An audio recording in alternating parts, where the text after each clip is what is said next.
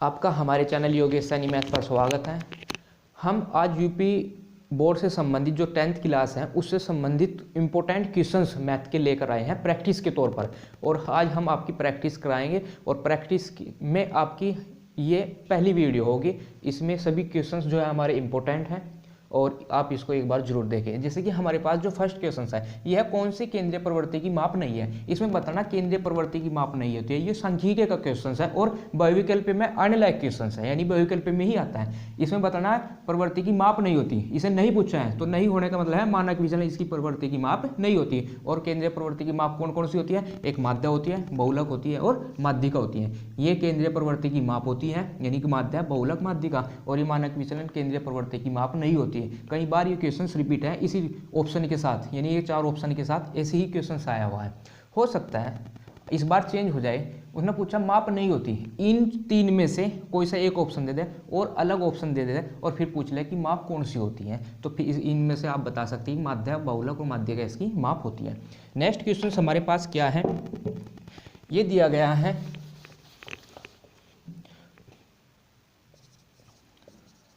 cos 60 cos 30 minus के sin 60 sin 30।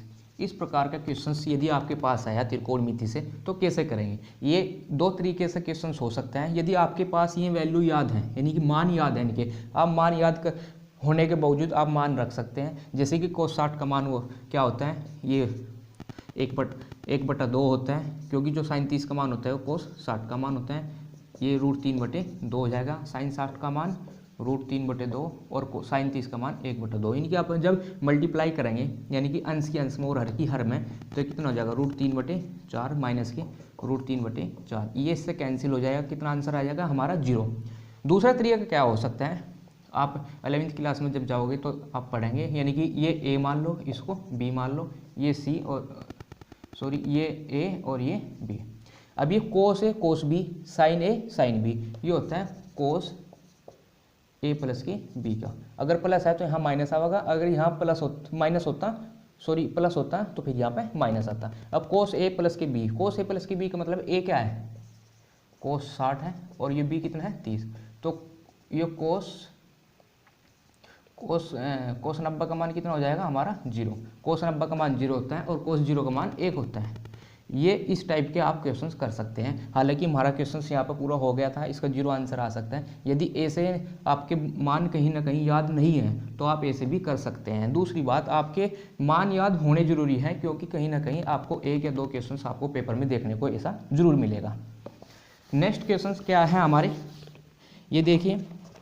इसमें क्या गया है, 2 इक्वेशन दी है, ax प्लस के 2y बराबर 2। एक इक्वेशन ये दी और दूसरी दी है हमें 8x प्लस के ay बराबर 4। ये 2 इक्वेशन दिए। इसमें कहा है a का मान ज्ञात कीजिए, a का मान ज्ञात कीजिए, a का मान ज्ञात कीजिए। जब a का मान ज्ञात कीजिए जिसके लिए समीकरण दी है और अपरिमित रूप से अनेक हल हो गए। अपरिमित, इसमें अपरिमित रूप से अनेक हल होंगे। अपरिमित रूप से अनेक हल होंगे और 2 इक्वेशन दिए और a का मान हमसे पूछ लिया, तो इस कंडीशन में क्या काम करेंगे? ये 3 कंडीशन होती है, एक अपरिमित होती है। चलो मैं बता देता हूँ। a1/a2 बराबर b1/b2 बराबर c1/c2। ये कंडीशन कब लगेगी? जब अपरिमित रूप से अनेक हल होंगे, यानी कि ये कंडीशन इस क्वेश्चन में लगेगी। अपरिमित रूप से अनेक हल होंगे। दूसरी कंडीशन क्या है, a1/a2 बराबर नहीं है b1/b2 के। ये क्या होता है? अद्वितीय हल होता है, केवल एक हल, यानी कि इसका अद्वितीय हल वो भी केवल एक होगा। दूसरा होता है a1/a2 b1/b2 बराबर नहीं है c1/c2 के। इसका कोई हल नहीं होगा, यानी ये पहली कंडीशन है, ये दूसरी है और ये तीसरी कंडीशन है। इसका कोई हल नहीं होगा। आपके तीनों कंडीशन याद होनी चाहिए। हो सकता है हमारे पास जो क्वेश्चंस इस बार मैं करा रहा हूँ कि अपरिमित रूप से अनेक हल नहीं है, ये क्या आया, लेकिन वहाँ पर क्या नेक्स्ट की जो क्वेश्चंस बनेगा इसमें क्या कर देगा कि इसका कोई हल नहीं हो रहा, यानी कि इस कंडीशन पर भी वो क्वेश्चंस दे सकता है। और तीसरा अद्वितीय, यानी अद्वितीय वाली कंडीशन पर भी दे सकता है, इसमें C1/C2 होता है यहाँ पे। तो आपको ये 3 कंडीशन यदि याद है तो इससे संबंधित कोई भी क्वेश्चंस हो तो आप जरूर करेंगे। और मेरा मानना यह है कि इन 3 कंडीशन से संबंधित आपको एक क्वेश्चंस वहाँ पे जरूर देखने को मिलेगा। जैसे कि हमारा जो फर्स्ट कंडीशन पे ये क्वेश्चंस है किस प्रकार से करेंगे। अब x का गुणांक क्या है a1 का मान कितना होगा a, और a2 में यानी कि इसकी तुलना करेंगे a1x प्लस के b1y, ये इस साइड ले आओ या इधर भी रहने दो कोई दिक्कत नहीं है, प्लस के C1 बराबर 0 से तुलना करेंगे। इसको यहाँ पे माइनस के बराबर 0 कर सकते हैं आप यहाँ पे। इसकी तुलना करेंगे a2x प्लस के b2y प्लस के C2 बराबर 0 से। अब इनकी हमारी ये इन जो इक्वेशन दी इनसे तुलना करने के बाद क्या करेंगे, x का गुणांक क्या है a1, यानी कि a1 के स्थान पे a है और ये कितना है 8, b1 का मान कितना है 2 है और b2 का मान कितना है यहाँ पे a है। ये यहाँ पे थोड़ा कन्फ्यूजन हो जाएगा, मैं साफ कर दूँ यहाँ से, यानी कि ये a हो जाएगा। उसके बाद ये माइनस के 2 है, ये माइनस के 4 हैं। यदि आप माइनस से इस साइड लाना चाहे तो दोनों को माइनस होगा, ये माइनस का माइनस कैंसिल हो गया। यदि माइनस से इस साइड ही रखना चाह रहे थे तो जब भी ये 2/4 ही आएगा, क्योंकि वहाँ पे फिर कंडीशन तो एक ही रहेगी साइन की, क्योंकि साइन जू के जू रहेंगे उसके। फिर अब हम इन 2 बराबर भी रख सकते हैं और इनको आपस में भी बराबर रख सकते हैं। हमें a का मान निकालना, हमने पहले ही कहा बड़े बड़े अक्षरों में कि a का मान ज्ञात कीजिए। अब a/8 बराबर 2/4, पहला और लास्ट का हमने बराबर रख दिया। इस 8 की मल्टीप्लाई इसके साथ हो जाएगी, नहीं a बराबर 8 2/4, इस 4 से 8 को काट के कितना आया 4। अब a का मान कितना आया हमारे पास 4, इसका आंसर होगा। इसके अपरिमित रूप से अनेक हल थे, ये वाली इसमें कंडीशन लगी और a का मान इसमें ज्ञात करना था। हो सकता है a के स्थान पर k होता, यहाँ पे k होता, यहाँ पे k होता, वो k का मान पूछ ले सकता, n भी हो सका था। तो किसी भी प्रकार से आप क्वेश्चंस कर सकते हैं। नेक्स्ट हमारे पास क्या है, यदि आपके कंडीशन याद है तो आप कोई सा भी क्वेश्चंस कर सकते हैं। ये दिया गया है हमें बिंदुओं -5 और 7 व -1 3 के बीच की दूरियां ज्ञात कीजिए। अब हमने इनके बीच की दूरी ज्ञात करनी है, किस प्रकार से करेंगे। इसको तो x1 y1 मान लेंगे और इसको x2 y2 मान लेंगे, यानी 2 बिंदुओं के बीच की दूरी ज्ञात करने का नियम क्या होता है, वो नियम ऐसे हैं, यहाँ पे लिखेंगे 2 बिंदुओं के बीच की दूरी, यानी कि ये होता है x1 माइनस के x2 का वर्ग प्लस के y1 माइनस के y2 का वर्ग। इस प्रकार से कर सकते हैं। कई बार आपने बुक में देखा होगा कि x1 के स्थान पर यहाँ x2 माइनस के x1 का स्क्वायर प्लस y2 माइनस के y1 का स्क्वायर भी हो सकता है, उससे कोई फर्क नहीं पड़ेगा इसमें। क्यों? क्योंकि यहाँ पे स्क्वायर है। यदि माइनस की वैल्यू बाहर आ भी रही है तो स्क्वायर के कारण क्या हो जाएगी, प्लस हो जाएगी। अब ये वैल्यू जो ये मान क्या रखेंगे, इस नियम में रखेंगे। कैसे करेंगे, अब ये -5 है और ये बीच में माइनस है और ये माइनस का 1, यानी कि इसका स्क्वायर हो जाएगा प्लस y1 कितना है 7 है और y2 कितना है -3 का वर्ग हो जाएगा। नेक्स्ट लाइन से क्या होगा, ये -5 होगा और माइनस और ये माइनस कितना हो जाएगा प्लस, और ये कितना हो जाएगा 4 का वर्ग। अब -5 है यानी -4 बच जाएगा, क्योंकि एक इसमें ऐड हो रहा है यहाँ पर, ये इसका स्क्वायर प्लस के ये 4 का स्क्वायर। इस प्रकार से क्वेश्चन हो जाएगा, यानी कि नीचे क्या आ जाएगा, ये 16 आ जाएगा। -4 का वर्ग हो या 4 का वर्ग हो 16 आएगा। क्यों? माइनस माइनस की गुणा प्लस होती है, यानी कोई भी वैल्यू यदि माइनस में है और उसका वर्ग हो रहा है तो प्लस में ही निकलेगी बाहर, यानी कि ये भी 16 हो जाएगा। इसको क्या लिख सकते हैं हम, इनको ऐड कर देंगे यानी 32 हो गए। अब 32 को क्या लिखना है, यानी कि इनके टुकड़े कर लेंगे 4 गुणा 2, इस प्रकार से। अब वर्गमूल में से वो बाहर निकलता है जिसके यानी जोड़े में से एक बाहर निकलेगा। अब जोड़ा क्या था, 4 का था, तो ये 4 बाहर निकलेगा 2। अब 4√2 मात्र क्या हुआ, इनके बीच की दूरी हुई। ये इस प्रकार के क्वेश्चंस है। यदि आपको एक क्वेश्चन यहीं का यहीं दूसरा बन जाएगा कि मूल बिंदु से, दूसरा क्या बनेगा, मूल बिंदु से ए और बी की दूरी ज्ञात कीजिए। इस प्रकार से भी बन सकते हैं। अब मूल बिंदु यानी कि 0 0, मूल बिंदु का मतलब 0 0 और ए और बी, इनके बीच की दूरी हो x1 y1 मान लेंगे, इसको x2 y2 मान लेंगे और फिर इनके ये नियम लगाकर आप निकाल सकते हैं। दूसरा, ये क्वेश्चन यहाँ से बहुत इंपॉर्टेंट है, मूल बिंदु से कई बार एग्जाम में पूछा गया क्वेश्चन है। नेक्स्ट क्वेश्चन क्या है हमारे पास, ये दिया गया है 2x² माइनस प्लस के x माइनस के 6 बराबर 0 गुणनखंड विधि से मूल ज्ञात कीजिए। ये गुणनखंड लिखने का मतलब क्या है, गुणनखंड विधि से मूल ज्ञात कीजिए, क्योंकि मूल ज्ञात करने का एक तरीका क्या है, श्रीधराचार्य के नियम भी हम लगा सकते हैं। यदि उसने कहा कि श्रीधराचार्य यानी सूत्र का प्रयोग करके गुणनखंड कीजिए, तो आपको गुणनखंड विधि का प्रयोग, श्रीधराचार्य का नियम का प्रयोग करके मूल ज्ञात कीजिए, तब आप गुणनखंड विधि का प्रयोग नहीं करेंगे, तो आपको श्रीधराचार्य का नियम का ही यूज करना पड़ेगा। श्रीधराचार्य का नियम क्या होता है, सबसे पहले ax² प्लस की bx प्लस के c बराबर 0 के रूप की इक्वेशन होनी चाहिए और उससे इसकी तुलना कर लेंगे। तुलना करने के बाद श्रीधराचार्य का नियम भी आपके याद होना चाहिए, वो होता है माइनस की b प्लस माइनस की b² माइनस के 4ac अपॉन 2a, ये नियम होता है। ये नियम जब लगेगा जब उसने बोला होता कि सूत्र के द्वारा मूल ज्ञात कीजिए, जब उस समय हम क्या करते हैं, मूल ज्ञात करते हैं। लेकिन अब क्या हम ना गुणनखंड विधि से हल कीजिए। गुणनखंड विधि से हल करने का मतलब है उसको गुणनखंड विधि से ही उसके मूल निकालना। यदि उसने कुछ ना, अगर 2x² प्लस x माइनस के 6 बराबर 0 केवल ये बोल देता कि मूल ज्ञात कीजिए, फिर आपकी मर्जी थी, आप गुणनखंड विधि से करें या आप श्रीधराचार्य नियम से करें, फिर आप कोई सी भी कंडीशन इसमें यूज कर सकते थे। लेकिन अगर उसे लाइन में बोला कि आप गुणनखंड विधि या सूत्र का प्रयोग करके, फिर आपको उसी नियम से करना पड़ेगा जिस नियम से वो पूछ रहा है। अब क्या काम करेंगे हम, इसकी गुणा इसके साथ करेंगे, यानी 6 दूनी 12, 12 के ऐसा अंतर, यदि माइनस है तो अंतर, अगर प्लस है तो योग। अब 12 का ऐसा अंतर जिनका अंतर 1 होगा, कैसे होगा, 2x² प्लस के 4 माइनस के 3, 4 3 12 होते हैं और 4 में से 3 जाके 1 बचता है, ये x माइनस के 6 इक्वल टू 0 हो जाएगा ये आपका, यानी 2x² प्लस के 4x माइनस के 3x माइनस के 6 बराबर 0। अब इनमें से क्या कॉमन लेंगे, 2x कॉमन ले लेंगे और x प्लस के ये 2 बच जाएगा आपके पास, यहाँ पे माइनस के 3 कॉमन लेंगे, x प्लस के 2 यहाँ पे बच जाएगा, ये माइनस है इसलिए माइनस 12 आ गया, ये प्लस बचेगा।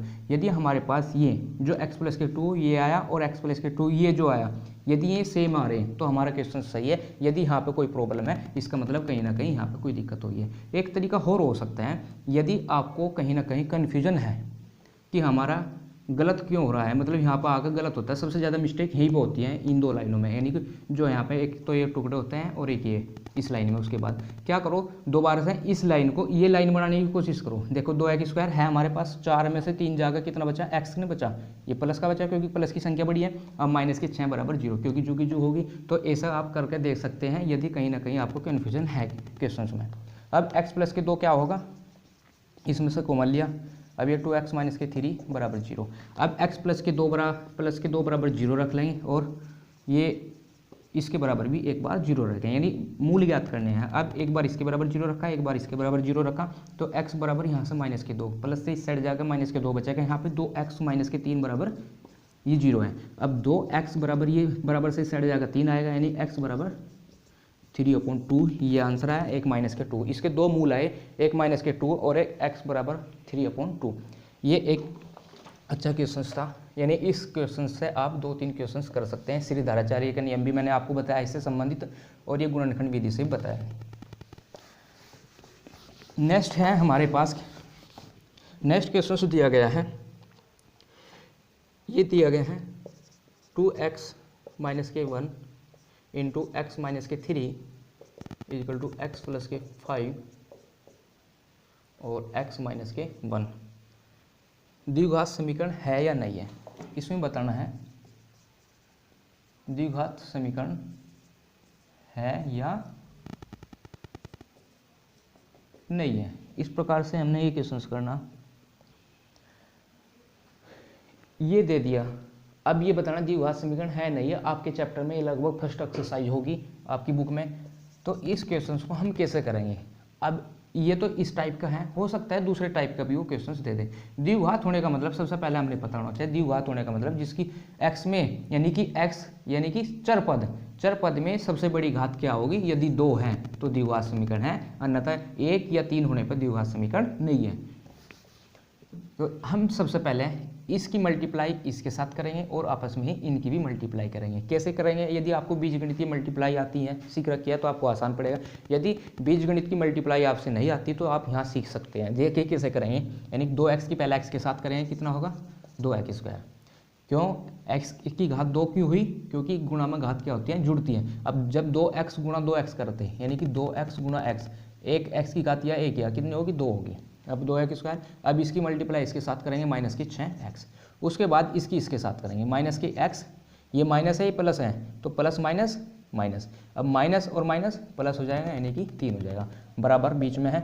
अब इसकी ऐसे करेंगे x की x के साथ करेंगे यानी कि x की घात 2 हो जाएगा। अब x की माइनस 1 के साथ करेंगे, चिन्ह सहित करनी है हमने मल्टीप्लाई, माइनस के x, अब प्लस के 5, ये प्लस के 5x हो जाएगा और प्लस के 5 है माइनस के 1, माइनस के 5 हो जाएगा, क्योंकि प्लस माइनस के माइनस होता है। नेक्स्ट लाइन क्या होगी हमारी 2x स्क्वायर, ये माइनस के 6x है माइनस के x, माइनस के 7x हो जाएगा, प्लस के ये 3 है, बराबर कितना है x की घात 2 है, माइनस के x और प्लस के 5x, प्लस के 5x में से जब माइनस के x घटाएंगे तो प्लस के 4x बचेगा, ये माइनस के 5 है। इस पूरे को इस साइड ले आओगे तो 2x की 2 माइनस की 7x प्लस के 3, ये प्लस का है तो माइनस, जो प्लस का है वो माइनस हो जाएगा, जो माइनस का है वो प्लस हो जाएगा। देखिए यहाँ पे कैसे होता है, x स्क्वायर माइनस की 4x और ये माइनस का है तो प्लस की 5 बराबर 0। मेरा स्पीड का कराने का मतलब ये है कि कम समय में ज़्यादा से ज़्यादा क्वेश्चन आपके हो जाए। यदि आपको मेरी स्पीड ज़्यादा लग रही है तो आप यूट्यूब की सेटिंग में जाकर वहाँ से उसकी स्पीड कम कर सकते हैं, यदि आपको कम स्पीड लग रही है तो आप ज़्यादा भी कर सकते हैं। देखें नेक्स्ट लाइन में क्या होगा, 2x स्क्वायर, ये माइनस के x स्क्वायर, कितना बचेगा x स्क्वायर, माइनस के 7x और माइनस के 4x, कितना हो जाएगा माइनस की 11x, या आप ऐसे कर सकते हैं। नेक्स्ट क्या हो जाएगा, ये प्लस के 3 और प्लस के 8 बराबर 0। अब कैसे इक्वेशन बनी, a स्क्वायर प्लस की bx प्लस की c बराबर 0, यानी कि x की सबसे बड़ी घात कितनी है 2 है, तो इसका मतलब क्या है द्विघात समीकरण है। नीचे लिख देंगे द्विघात समीकरण है। इस प्रकार से आपको क्वेश्चंस मिल सकते हैं, ये एक कई सारे क्वेश्चंस इस टाइप से आप कर सकते हैं। इसके लिए आपको नियम भी याद करना पड़ेगा कई बार, जैसे कि a प्लस की b का होल स्क्वायर क्या होता है, a स्क्वायर प्लस की b स्क्वायर प्लस की 2ab, इस तरह से भी इसमें क्वेश्चन बन सकता है। 1 माइनस की b का स्क्वायर, a स्क्वायर प्लस की b स्क्वायर माइनस की 2ab, एक a स्क्वायर माइनस की b स्क्वायर, ये क्या होता है वर्गांतर का नियम होता है, एक बार प्लस में और एक बार माइनस में। ये भी आपके इनके ये ऐसे नियम याद कर सकते हैं, और भी बीजगणितीय नियम है जो आपको मैं नेक्स्ट वीडियो में बता दूंगा। इसके बाद क्या है हमारे पास, जो नेक्स्ट क्वेश्चन है हमारे पास, ये दिया गया है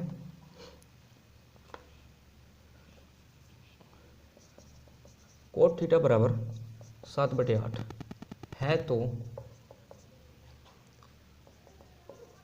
1 प्लस के साइन थीटा और 1 माइनस के साइन थीटा अपॉन 1 प्लस के कोस थीटा और 1 माइनस के कोस थीटा। इस टाइप से यदि क्वेश्चंस आपको त्रिकोणमिति का दिया गया है, सभी चैप्टर से मैं एक एक क्वेश्चंस सभी वीडियो में कराऊंगा। इसका कराने का मतलब क्या है, आपको यदि चैप्टर वाइज कर रहे हैं तो आपके अच्छे मतलब आपको पता है, लेकिन जब आपको वहाँ पे एग्जाम मिलेगा वो सभी पूरे मैथ से एग्जाम आएगा वहाँ पे, तो उससे क्या होगा, उससे पहले आप अगर हमारी वीडियो देख रहे हैं आपको तरह तरह के क्वेश्चंस दिखाई देंगे, अलग अलग चैप्टर से होंगे, तो आपका दिमाग वहाँ पे काम करेगा, यानी अच्छे तरीके से आप उसको देख सकते हैं, कन्फ्यूज नहीं हो सकते। यही कारण है कि हमारा अच्छे अच्छे क्वेश्चंस और न्यू चैप्टर्स यानी कि अलग अलग चैप्टर से हम इन सभी क्वेश्चंस को लाए हैं।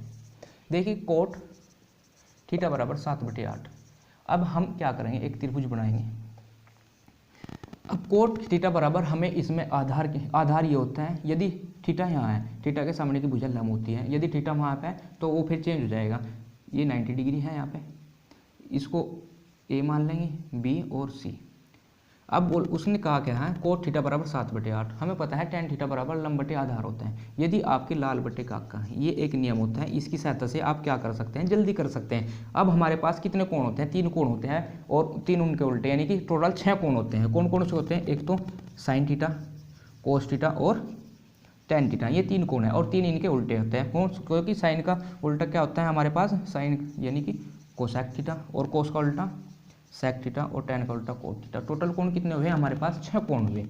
अब लाल बटे का ये क्या है हमारे पास साइन है, आधार बटे करण यानी कि एल ये लम हो जाएगा और के करण होगा, ये दूसरा क्या हो जाएगा कोस का हो जाएगा, और ये तीसरा क्या हो जाएगा ये टेन हो जाएगा। अब नीचे से यदि के ओपोन एल देखेंगे यानी कर्ण बटे लम देखेंगे तो क्या हो जाएगा कोसेक थीटा, क्योंकि ये साइन का उल्टा कोसेक है। साइन का संबंध सीधे सीधे मान सकते हैं, यहाँ कोसेक से, यहाँ सेक से, और यहाँ टेन कोट का ये है यहाँ पे। अब हमें किसका निकालना है कोट थीटा। कोट थीटा क्या है, अब ये कोट है यहाँ पे, ये आधार बटे लम। यदि कोट सेक और कोसेक देख रहे हैं तो अंश ये माना जाएगा और हर ये माना जाएगा। यदि साइन कोस टेन देख रहे हैं तो अंश ये माना जाएगा, हर ये माना जाएगा। इस टाइप से आप कर सकते हैं। ये कितना हो जाएगा हमारे पास, ये 7 हो जाएगा और ये 8 हो जाएगा, क्योंकि ये आधार बटे लम होता है। अब इसमें पाइथागोरस प्रमेय का, यहाँ पे पाइथागोरस प्रमेय का प्रयोग करने पर क्या करेंगे, ए सी का वर्ग यहाँ पे लिखेंगे आप एग्जाम में कि पाइथागोरस प्रमेय का प्रयोग करने पर ए सी का वर्ग बराबर ए बी का वर्ग प्लस के बी सी का वर्ग। अब ए बी कितना है हमारे पास 8, 8 का वर्ग प्लस के ये 7 का वर्ग। 8 का वर्ग कितना होता है हमारे पास 64 और 7 का वर्ग 49, ये कितना हो जाएगा 113। अब ए सी का स्क्वायर यहाँ तक आ रहा था यानी कि ये ए सी का स्क्वायर था, अब स्क्वायर हटा तो साइड कितना आ जाएगा रूट आ जाएगा 113। नेक्स्ट अब हमें क्या करना है, ये तो तीनों ये मान निकालने का मतलब क्या था वैसे, जरूरत क्यों पड़ी इसकी, क्यों पड़ी, क्योंकि साइन थीटा बराबर लंब बटे कर्ण। अब कर्ण हमारे पास था नहीं तो इसलिए हमने इसका मान निकालना पड़ा, क्योंकि यहाँ से हमने इसमें रखना होगा, इसलिए हमने कर्ण की जरूरत पड़ी। अगर ऐसा ना होता, यहाँ पर साइन की जरूरत ना होती, यानी टेन का मान निकालना होता है, कोट थीटा बराबर 7/8, हो सकता है कि ये पद पूरा का पूरा टेन और कोट के पदों में होता है, फिर हमने त्रिभुज बनाने की जरूरत नहीं थी, फिर हम यहाँ से डायरेक्ट यानी कि टेन इसका उल्टा हो जाता और उसके मान हम वहाँ पर रख सकते थे। कैसे रखेंगे, ये है 1 प्लस के साइन थीटा और 1 माइनस के साइन थीटा अपॉन 1 प्लस के कोस थीटा और 1 माइनस के कोस थीटा। एक वर्गांतर का नियम इससे पहले क्वेश्चन में मैंने बताया कि ए स्क्वायर माइनस के बी स्क्वायर, यदि एक बार इसको माइनस में खोल देंगे और एक बार इसको प्लस में खोल देंगे, यदि एक बार माइनस में और प्लस में हो उसको ए स्क्वायर माइनस के बी स्क्वायर लिख सकते हैं। इसी प्रकार से एक बार प्लस में एक बार माइनस में इसको क्या लिख सकते हैं, यानी 1 का स्क्वायर माइनस के साइन का स्क्वायर। इसी प्रकार नीचे है 1 का स्क्वायर माइनस के कोस स्क्वायर थीटा हो जाएगा। अब ये क्या हो जाएगा 1 का वर्ग 1 माइनस के साइन थीटा बराबर क्या होता है हमारे पास, साइन क्या होता है लंब बटे यानी 8 बटे इसका स्क्वायर अपॉन 1 का वर्ग तो 1 कर ही दिया हमने, यानी यहाँ पे भी 1 आ जाएगा। अब कोस क्या होता है, कोस होता है 7 बटे ये हो जाएगा 113 का स्क्वायर। नई लाइन से 1 माइनस के 8 का वर्ग तो 8 का तो वर्ग हो जाएगा और रूट है 113, ये 113 पता रूट हट जाएगा यानी कि 64 बटे 113 अपॉन में 1 माइनस के 49 बटे 113। इसके बाद इसके अपॉन में 1 मान के क्या करेंगे एलसीएम ले लेंगे, एलसीएम करने के बाद इसको हल करेंगे। कैसे करेंगे, 113 यहाँ पर पहुँच जाएगा, मैं यहाँ पर करा देता हूँ उसको,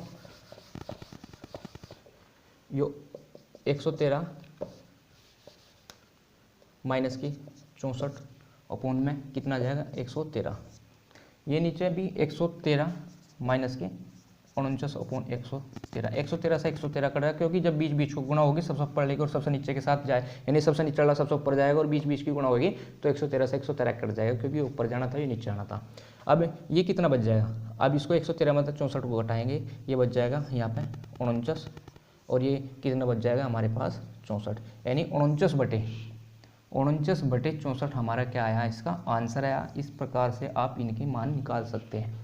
दूसरे क्वेश्चंस क्या बन सकते हैं इसी टाइप के, यानी कोट थीटा बराबर 7/8 का है तो इफाल तो ये पूछा हो सकता था कोट थीटा बराबर ये है कि शेष बचे त्रिकोणमितीय अनुपातों के मान ज्ञात कीजिए। शेष कितने बचे थे 5, टोटल कितने कोण है 6, यानी sine theta cos theta sec theta tan theta इनका सभी का मान निकालना था। अब कोट थीटा का मान दे दिया, फिर उनके भी आपको त्रिभुज बना के ही मान निकालने थे, यानी त्रिभुज तो बन ही गया था। इस टाइप से आ सकता है, ऐसा जरूरी नहीं कि कोट थीटा ही बराबर होगा। या दूसरा कंडीशन हो सकता है कि वो टेन के पदों में दे दें यहाँ पे कुछ भी मान पूछने के लिए, या शेष त्रिकोणमितीय अनुपात, या 2 पूछ ले, साइन और कोस का मान पूछ ले, या टेन और सेक का मान पूछ ले, किसी भी प्रकार से आ सकता है। यदि आपको पता है पाइथागोरस प्रमेय का और इस तरह से मान निकालने का, तो आप इसमें क्वेश्चन को पूरा कर सकते हैं, नहीं तो आप कन्फ्यूजन इसमें बना रहेगा। एक बार यदि आपने ये अच्छे से देखा होगा तो मैं तो मानता नहीं कि अब आपको प्रॉब्लम होगी। नेक्स्ट क्वेश्चन क्या है हमारे पास, यदि आपको ये क्वेश्चंस आप नोटबुक में नहीं उतार पा रहे हैं तो आप इनका स्क्रीनशॉट ले सकते हैं। जब तक मैं इनको कराऊं फिर आप बाद में भी नोट कर सकते हैं स्क्रीनशॉट से। जैसे नेक्स्ट हमारे पास दिया गया है, ये दिया गया है शांत यानी परिमेय संख्या के दशमलव प्रसार। शांत एक तो शांत होता है और एक अशांत होता है। शांत और अशांत किस प्रकार से हम ज्ञात करेंगे?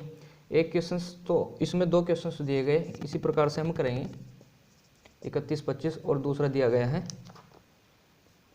129/2 की पावर 2, 5 की पावर 7 और 7 की पावर 5। इस प्रकार से हमें क्वेश्चन दिया गया है। अब हमें शांत क्या होता है? सबसे पहली बात तो शांत क्या होता है? यदि 1/2 की पावर n और 5 की पावर m यानी 5 की पावर m इस टाइप का यदि हमारे पास इसका रूप है तो ये होगा शांत। अगर इस टाइप का नहीं है तो अशांत होगा। आप एक में से इन दोनों में से एक याद रख लो कि शांत कौन सा होता है। अगर इस टाइप का है तो शांत है, अगर इस टाइप का नहीं है तो अशांत होगा। यदि आप दोनों याद रखेंगे तो कहीं ना कहीं आपको कन्फ्यूजन होगा, आप भूल भी सकते हैं, यानी उसका उसमें कर सकते हैं, शांत का अशांत में और शांत को अशांत में भी कर सकते हैं। तो मेरा मानना तो यही है, मेरे तरीके से आप क्या करोगे, एक केवल शांत याद रख लो कि 1/2 की पावर n और 5 की पावर m में है। इसके बारे में मैं अभी और बताऊंगा। यदि इस टाइप का है तो शांत है, अगर इस टाइप का नहीं है तो अशांत है। कैसे करेंगे? जैसे हमारे पास 13/31 25 है। अब 31, 25 के इसके गुणनखंड करेंगे। 31, 25 के गुणनखंड किस टाइप से करेंगे? इसको लैसे की तरह काट लेंगे, 5 से काटेंगे कितना आ जाएगा 625, फिर 5 से काटेंगे ये कितना आ जाएगा 125, फिर ये 25 आ जाएगा। इस प्रकार से इसको काटते जाएंगे। इसको आपको पता ही है कैसे काटना है। हुआ क्या, अभी 13 और 5 की पावर 1 2 3 4 5 इन्हीं 5 की पावर 5। अब ये क्या कह सकते हैं, ये क्या है, शांत है। लेकिन आपके दिमाग में अभी एक बात और भी आ रही होगी कि हमें तो ये पढ़ा कि 2 की पावर n और 5 की पावर m है, यदि इसमें से 2 है ही नहीं तो ये कैसे शांत होगा? तो ये शांत इसलिए हुआ क्योंकि 2 की पावर हम 0 रख सकते हैं, तो ये शांत है, यानी कि शांत है। इसका मतलब ये नहीं कि ये दोनों जरूरी है, इनमें से एक हो है जब भी शांत है, अगर दोनों हैं जब भी शांत है। यानी यदि इन दो से अलग कोई चीज़ है, 7 होता या 8 होता, 8 तो इसमें आ ही जाता, यानी अगर यहाँ पे 7 होता तो 11 होता, तो ये क्या हो जाता है, अशांत हो जाता। अब क्या है, ये शांत है, चाहे इसकी पावर यहाँ पे ये 2 की पावर हमने 0 इसलिए रखा क्योंकि इसका मान क्या होता है 1। किसी भी संख्या की घात अगर 0 है, जैसे यहाँ पे 100 की पावर 0 या a की पावर 0, इनका मान हमेशा 1 रहेगा। 100 की पावर 0 का मान भी 1, कितनी भी बड़ी संख्या क्यों ना हो, तो अगर उसकी घात 0 है तो उसका मान 1 होगा। जैसे a की पावर 0 का मान भी यहाँ पे 1 है। यदि किसी इसका गुणनखंड यहाँ पे 2 का गुणनखंड नहीं था तो हमने इसके साथ में 2 की पावर 0 लगा लिया, यानी इसका गुणनखंड बना लिया, शांत है। यदि नहीं भी लगाना चाहते तो जब भी ये शांत है। नेक्स्ट क्या दिया गया है, अब ये देखिए, इसका तो हो ही गया है, शांत है। अब अशांत की कंडीशन क्या होगी? अब हमारे पास 2 भी है 5 भी है। मैं क्या कहा, या तो 2 हो जब भी शांत है, 5 हो जब भी शांत है, या दोनों हो जब भी शांत है। लेकिन यदि इनसे अलग है कोई चीज़, या जैसे यहाँ 7 की पावर 5 दिया तो क्या हो जाएगा, सीधा सीधा अशांत। आप सीधा सीधा अशांत लिख सकते हैं, कोई हल करने की जरूरत नहीं है, इसमें अशांत हो जाएगा। ये बहुविकल्प में भी क्वेश्चन आता है और वैसे भी 2 या 3 नंबर में भी क्वेश्चन बन सकता है। नेक्स्ट क्या होंगे हमारे पास, इस टाइप के जो भी क्वेश्चंस होंगे आप कर सकते हैं। पेपर में पिछले कई सालों से लगातार ये क्वेश्चंस आ रहा है, यानी इस बार भी पूरी कोशिश है कि आपको एग्जाम में देखने को मिलेगा। नेक्स्ट है हमारे पास बिंदु -4 बिंदुओं ए दिया -6 और 10 और बी दिया है 3 और -8 को जोड़ने वाले रेखाखंड, ये निर्देशांक ज्यामिति से है, रेखाखंड को किस अनुपात में विभाजित करता है, किस अनुपात में विभाजित करता है। ये भी इम्पोर्टेंट क्वेश्चंस हैं। इसको कैसे करेंगे हम, इसमें क्या होता है, अनुपात निकालना है हमने। अनुपात कैसे निकाल लेंगे हम, अनुपात निकालने के लिए इसमें एक नियम होता है, जब बिंदु, ये तो दिया हमने x और y, एक तो इस टाइप से भी क्वेश्चन हो सकता है, या x y वो पूछ लेगा और ये बिंदु दे के रखेगा, ये बिंदु दे के रखेगा और अनुपात दे के रखेगा और फिर ये इसमें पूछेगा। लेकिन यहाँ पर क्या किया उन्होंने, थोड़ा उल्टा किया, घुमा दिया, इसमें एक्स वाई भी दिया और x1 और y1 ये दिया, x2 y2, और पूछा क्या उन्होंने m1 और m2।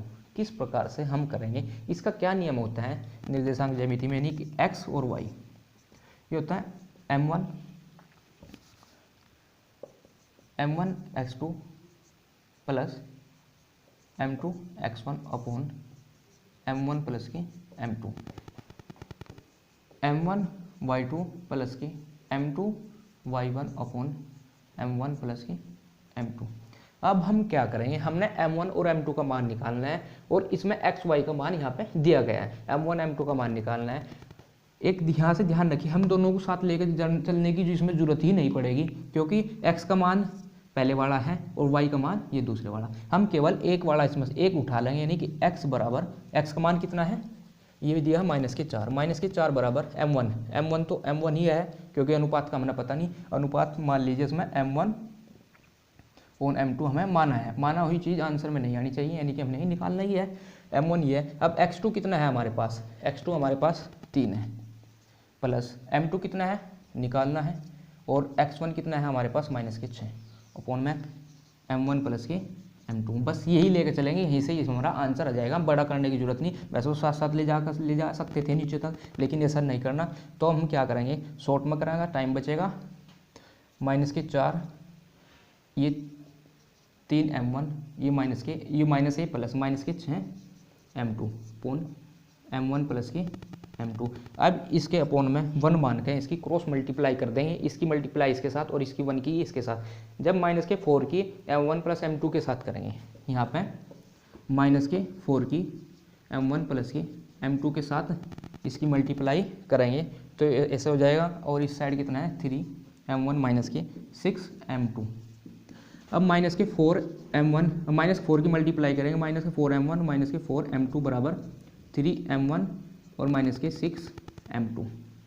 अब m1 वाले एक साइड कर लेंगे और m2 वाले एक साइड, -4 m1 और ये माइनस के बराबर से साइड था प्लस था, लेकिन माइनस से साइड आया तो -3 m1 बराबर ये -6 m2 है, ये -4 m2 था, इस साइड जाएगा कितना हुआ +4 m2।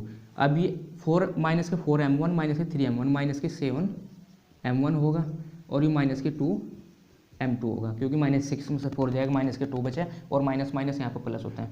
अब ये माइनस से माइनस कैंसिल होगा हमारा, क्योंकि दोनों साइड माइनस था। ये 7 क्या होगा, इसके अपोन में चले जाएगा, ये m1 अपॉन m2, ये m1 है यहाँ पे, ये m2 इसका अपोन में लाए, ये 2 है इस साइड और ये 7 इसके अपोन में गया। अब m1 अपॉन m2 2 अपॉन 7, अब इसको क्या लिख सकते हैं, यानी अनुपात का मतलब भी भागी होता है, तो m1 अनुपात m2 बराबर कितना है 2:7। इस टाइप से आप इस क्वेश्चन को कर सकते हैं, आप इसका स्क्रीनशॉट ले सकते हैं। नेक्स्ट क्या हो सकता है हमारे पास,